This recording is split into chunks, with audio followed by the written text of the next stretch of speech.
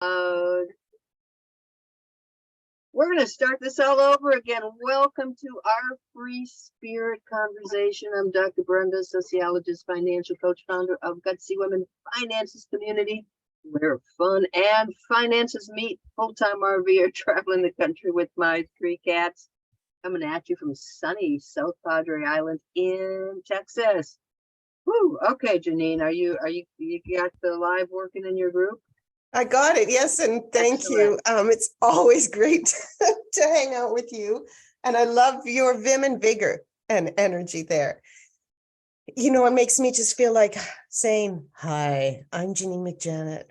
I'm a hypnotherapist and coach coming from the far north where it's still black and freezing cold outside. The beach is yet but a distant dream coming in the summer. But I'm up here in the Yukon and I am me. I am a playful version of my own essence. There, that's it. It's earlier in the morning here for me than it is for you. It's a very good morning to Janine. I've been busy. I was just on the phone making a campground reservation for August. I mean, now I'm looking at one for October. It's insane how far ahead I have to plan. And the one I had to call this morning because they already didn't have the first day of my stay. It's like already booked up. Wow. So it's like, whoa, got to get on top of this stuff. So that's been a little bit of my morning, but I have my fancy hat here. That is fancy. Is my fancy summer party hat. I love it. Let's see. I have to I have the pieces of paper inside, so I can't really mess it up. The pieces of paper. I just wanted to say though that it takes a special person like yourself who's got exquisite skills in planning to be able to do what you're doing and book that far in advance. And that's why opposites attract, which is why we're together. It's well, you know, I that's the way I get the best sites. So if I wanna sit by the lakeside, you know, those sites go right away. So I want the best sites, but I kind of like planning. Like I said, I'm just a planning geek, and that's partly what makes me a good financial coach, is that, like, you know, other people don't plan so much. Yeah. And to me, it's all about planning. So this week we're doing something fun. We have, I think I called it like the juicy grab bag of questions.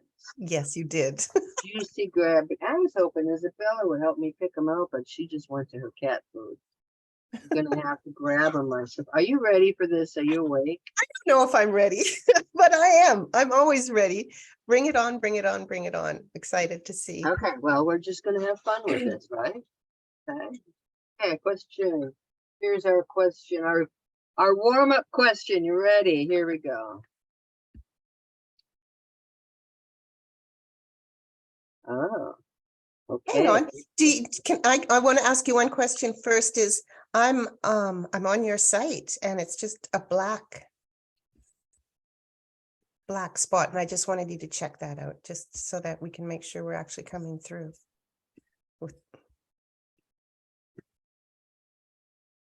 Nope, we're coming through. Isn't that funny? Okay, well, maybe we hit a black spot in our connection. So no, I can see it coming live on one and not the other. So we'll just give her.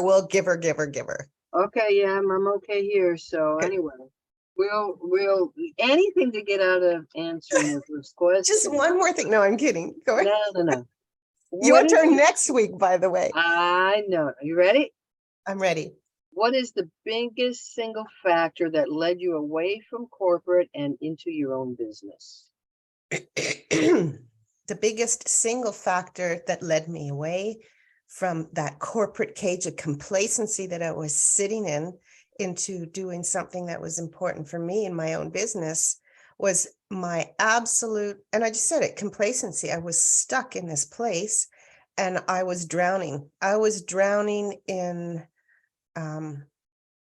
the tide of not living. I was drowning in a death in my corpse. I know it sounds really grim, but I would get up and just automatic pilot. I would go to work and I would describe my day to people. Excuse me. I would say, yeah, I got up, I went to work. And then after work, I started to share what I did to live. Excuse me. And I was just like, that whole 8-hour chunk was just like time. I had to put that time in. It was time to get the paycheck. And it was time away from what I really liked doing. And it was time that I didn't enjoy. I got to the point, because I was there for so long, that I resented going in. I resented some of the people that I worked with, and I was not happy. So what brought me to that point to say, I'm out of here and get my own business going? I mean, I just had to make a change. So many people had died in my life, including my parents, and I saw that. And as we get older and more people die, it's just like, oh, it's never going to happen to me, but of course it's going to happen. So I really wanted to just make a change, and I had to start with me. I wasn't happy with my body, with my mind, with my soul. So I jumped out and I started, learning a lot, and I started doing a lot with my body. And I just started to have this transformation that I really loved. So I jumped into it and became the coach that I am. An integrative health coach is where I started. So I learned, and then I'm going, this is really great.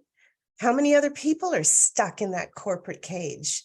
Let me just work on me for a bit, which I did. And then I got the process, and I started to love what I was doing, and the results and the freedom and the clarity, both of those things that were coming to my mind about the opportunities that I could just pounce on and live. So that was in 2019 when I retired from my job. And in that short time, I'm a different person. So you used the word complacency. You said, okay, that's where I was. Use one word now to describe where you're at. One word. Clarity. Ooh, okay. From complacency to clarity. Oh, that's going to be my Yeah. new thing. That's a good one. Okay. All right. I'm going to grab another one. I got a few of them in here. Spent a little bit of time. No cats are helping me at all. Can we read that, Miss Dolly? What is your most vivid memory of childhood?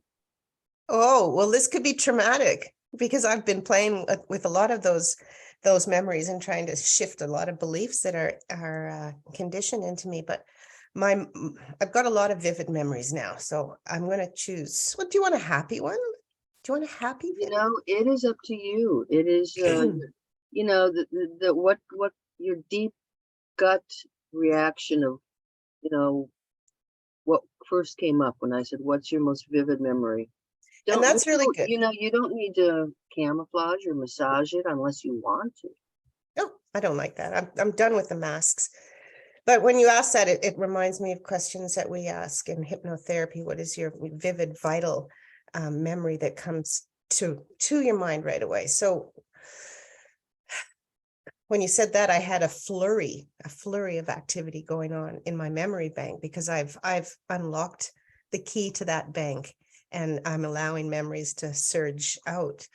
But I think the most memorable time in my childhood was the big move from Canada to Australia in 2020, in 1980s. What year was it? 1979. I was 13 years old, and we moved from Canada to Sydney, Australia. And we got picked up by, we called him Uncle Raj. He was my grandmother's boyfriend, Italian man, and got driven, my two sisters and myself. And we left my father and my two brothers back in Canada through this big city, right into this apartment building.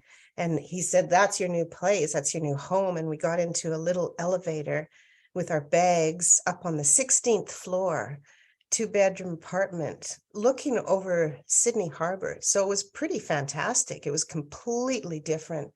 And that's where we lived. So that memory was just like the end of one era and the beginning of another. And it just, every time I go back to, like, even music, I know everything that happened in 1979, because that was the big change, one of the big changes in my childhood. So entering the Catholic convent school that I went to, huge. It was like a palace, a castle on the shore of Sydney Harbor.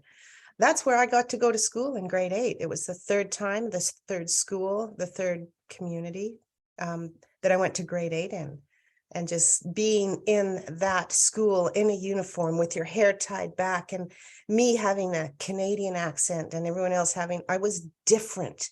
I was so different. And what does every child need in their schooling and their youth is just to belong and to try and be the same.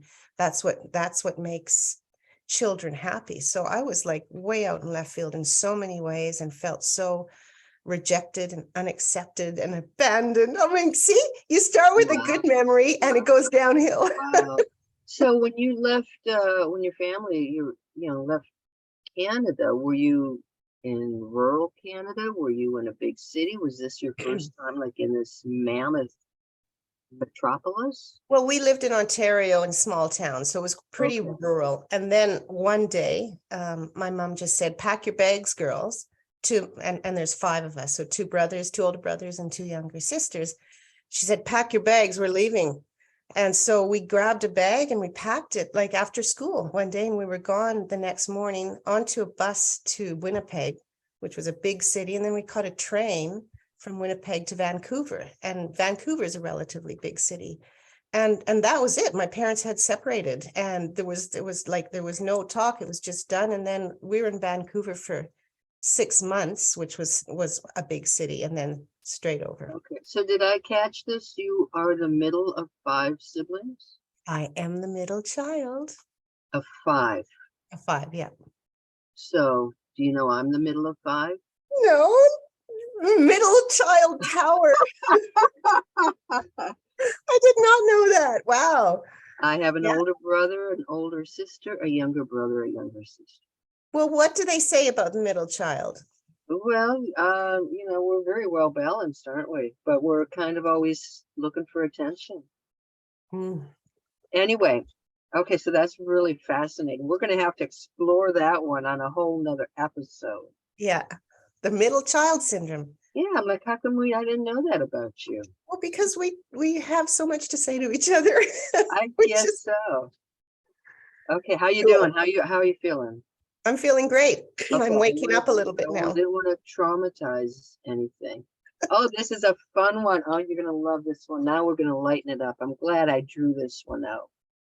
Tell us about your alter egos and how you use them. Oh, well, that's a beautiful question. That is a happier question. And it's only something relatively new to me, is like we have all different parts of us inside of us.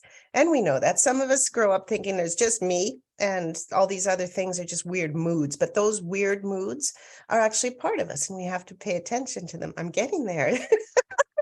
So what is the alter ego? Like, what is the ego? What is the self? What is your real authentic self, your regulated person? We can get into all those pieces, but we're not. The alter ego is something, a character that I've created that's going to help me. That's the good part of me, the one that I feel the best about. So at the moment, I've got 2, and I plan on having many more. And the question that that was put forth to me was like, when do you show up as your best, and what characters and what's the feelings? Let's grow on that. So I ask you that too, because I'm going to ask you in a second, your alter ego. When did you feel your very best in your life, and go there and start to create a character, because it's a part of you. It may not be the part of you all the time, but it's certainly a part that we love to be in because we feel great, whatever that greatness is, if it's happy, joy, if it's courageous, whatever.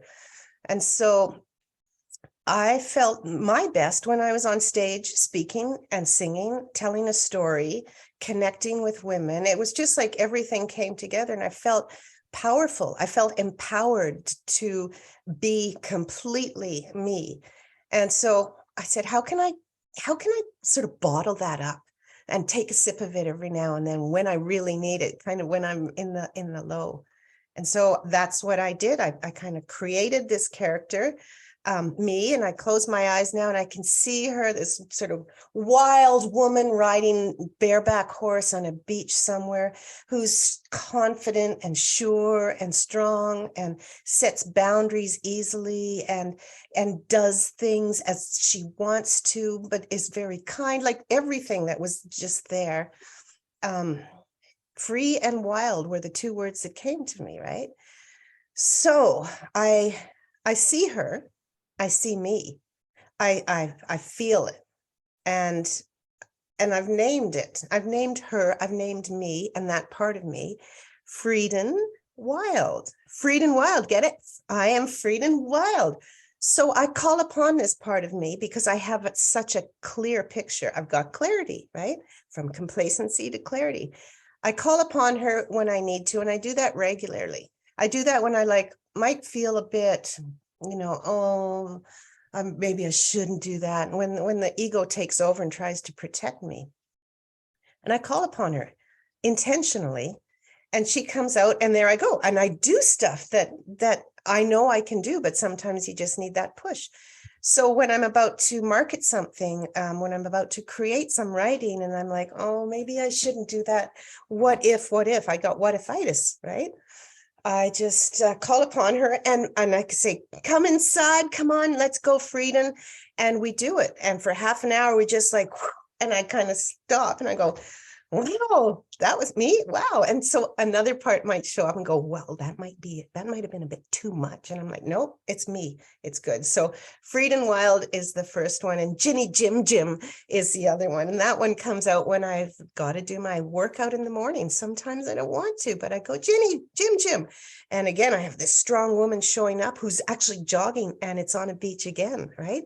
The visions and strong and lifting things. And that's what I wanted to start working out last year for, was to become stronger. So all of a sudden, it's not like, oh my gosh, I got to do these push-ups. It's, you can do it, Jimmy, Jim, Jim. And I just have fun with it. So those are two that I play with right now. That's very cool. That's, I like that a lot. It's reframing your mind and the way you go into an activity, and it's also habit busting in some ways. Well, everything that you and I talk about and we work with, it's shifting your mindset. It's getting rid of limiting beliefs and creating new habits. Are you ready? I'm ready. Are you ready? Okay, got the next one. You're funny. When you can't sleep, what keeps you up at night? Well, thoughts and dreams, the mind. I mean, there's external noises that come in sometimes, and lights that might wake me up, maybe the odd snoring. But really, and I can talk about the past, but I'm going to talk about the present. Last night I woke up, and it was 4:00, and some people get up at 4, but not me. It's a bit early yet. I'm working it, but it's the thoughts. It's now. It used to be, because I always like to show, in any kind of transformation, it's really important to understand, where we've come from so that we can move it forward. You can't make a change unless you understand what's going on. There's all these Band-Aid solutions that you can, just do the opposite, just do a quick habit, just take action, just do it, just be it. So in the past, I used to wake up with worry and with stress and with anxiety of what I hadn't done in the past, or what I had yet to do in the future. So I was wavering between this state of potential depression and anxiety, what I have to do instead of being in the moment. So now I wake up, and our thoughts do go to, what did I do last, or what do I have to do first? And I listen and I meditate. If I put on a meditation, a sleep meditation. And now I'm getting really good at self-hypnosis, which is just putting myself into that state of the subconscious state where our mind starts to slow down, where the alpha waves start to set in, and going back to sleep. So those two things are what I do now when I wake up. Ah, good. Yeah, the operative word there being now, because Mhm. over time we kind of learn our patterns. Plus, you have new tools. You've got all the hypnotherapy tools, which is cool. You know Okay, I'm what's digging. cool? What? What's cool is yesterday morning I sat in my little rocking chair and I'm studying still. I've got my hypnotherapy certification, but in terms of the RTT, the rapid transformational therapy, I sat in my chair, my rocking chair, and I closed it and I said, okay. And there was two parts of me. There was therapist Janine and there was client Janine. And I did a session on myself and it was amazing. I sat there in total relaxation, self-hypnotized, and I was conscious enough to ask myself the questions and able to access some of my subconscious so that I could answer them and still put it together to see a transformation. It was really a trip. Yeah, that's cool. It does sound like a trip. Okay, Yeah. Okay. still doing good? Good. Still good. Go, Haven't go. unearthed anything horrific yet. Okay, here we go. Another question. If you could change one thing about yourself, what would it be? Whoa. It's like a kid in a candy store. If I could change one thing about myself. Dang, I thought something would come quick.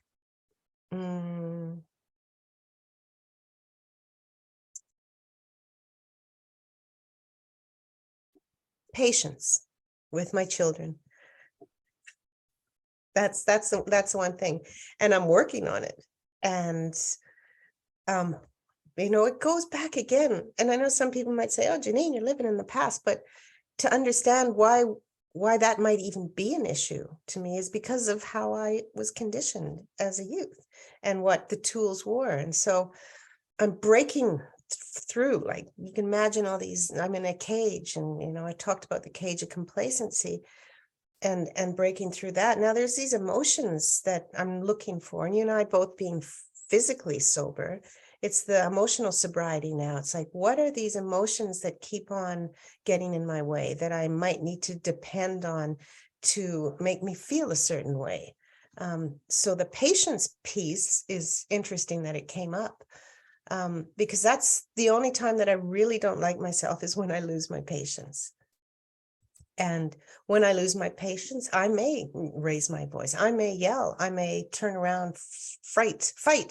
I might fight. I might freeze. I might flop. That's fight, flight, freeze, flop, and fawn. Flop is a new one. I don't know if you've Well, heard that. parenting is really hard, don't you think? I mean, that I could do really well at my career. Yeah, Parenting was a challenge. parenting is a challenge. It is a challenge even when they're, grown ass adults. Oh, But yeah. the patience, is that also partly because we don't have control? When they're tiny little ones, we do. And then they get to Yes. be in these teenage years and you see them make sometimes the same mistakes you might have made when you were that age.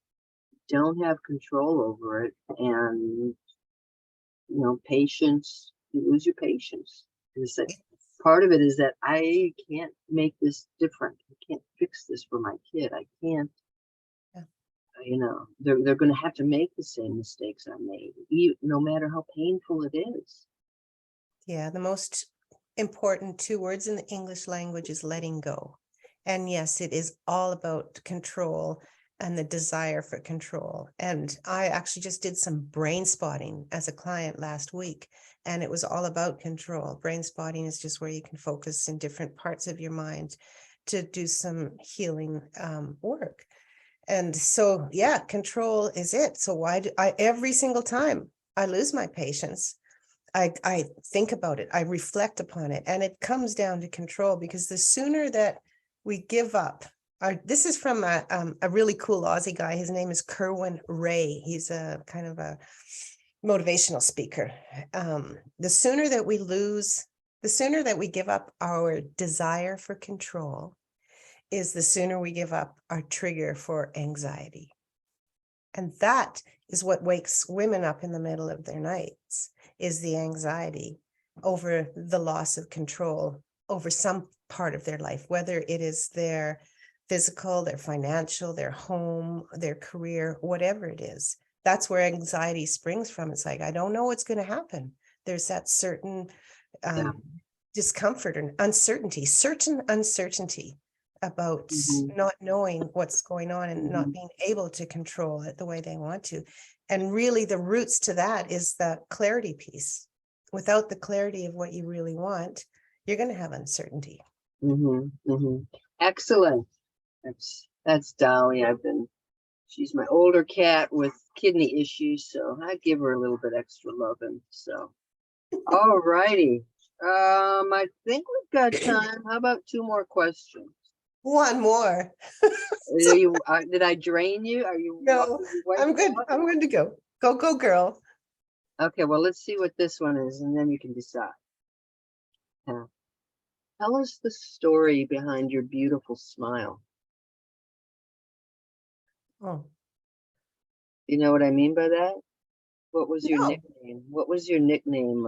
Oh. Okay. Is that okay? See what happened? I'm like, oh, okay. Is that okay? Is it okay? Yeah, sure. Okay. My beautiful smile. Never thought it was beautiful growing up. Here I jump into the past again.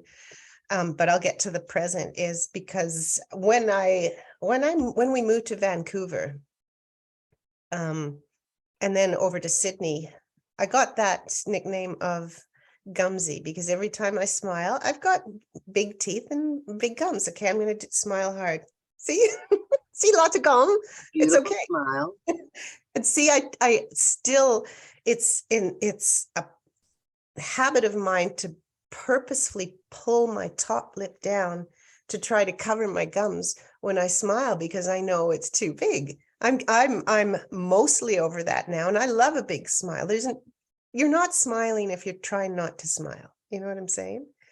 So yeah, it came as Gumsy, and now I'm okay with it. But growing up, again, we don't want to be different. Why did they call me Gumsy? Why did they even call me Ribsy? Why did I got called Handbag? That was my nickname in grade 12 at another school that I went to in Sydney. Handbag. I don't know what that refers to. Like a handbag. I don't even I think. Handbag. You might have to Google that. There's some other meaning to it. I don't want to even know. It was grade 12, but I had all these nicknames, and it's so funny because what are nicknames? They're just labels. And as a child, we get labeled and we're like, oh my gosh, this makes me this kind of person. And it puts a container around us. So that's what the work I do now is. It's just getting rid of these labels that we give ourselves and growing and moving and living and being, all of those, finding that clarity and the freedom to be who you are, regardless of, an extra few pounds on your waist or too many gums or, too high of a hairline, whatever you look in the mirror and see is something that you believe. So how can you change the beliefs about, your own perspective of yourself? Okay, I want to dig out one. I'm going to go through my remaining questions and feed you one that's going to end this on a really good note. Okay, not that one. Yeah, I came up with quite a few questions for you. I'm pretty amazed. Love it. Okay. There's one in here. I know I'm looking for. Hang on. Okay, I'll hang on. I would love to hear. I can't wait until next week. Oh, of course, it's the last one that I pull out of the hat. My hat is now empty. So Okay. the last one I pull out. Your dream life has arrived. Describe how you're spending your days. Oh, it's a beautiful question. My dream life is waking up with the smile and the soft wind blowing through open window, salt air, and the sound of waves. Something like what you've got right now, right? Yeah. And languishing in a lavish lingerie, and looking out the window with a cup of tea and being so super excited about everything I'm going to do today, not knowing exactly what's going to come and not worrying about, what might be, what should be, but just being in the moment and living that day to that moment and smiling as much as I can and injecting as much joy and fun and play into my life with the people whom I love, and allowing myself to venture off into sleepland the same way that I arose. And that is to languish in the reality of where I am.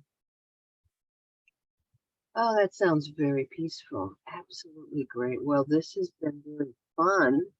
Would you like to wrap up how you feel and what you're thinking right now?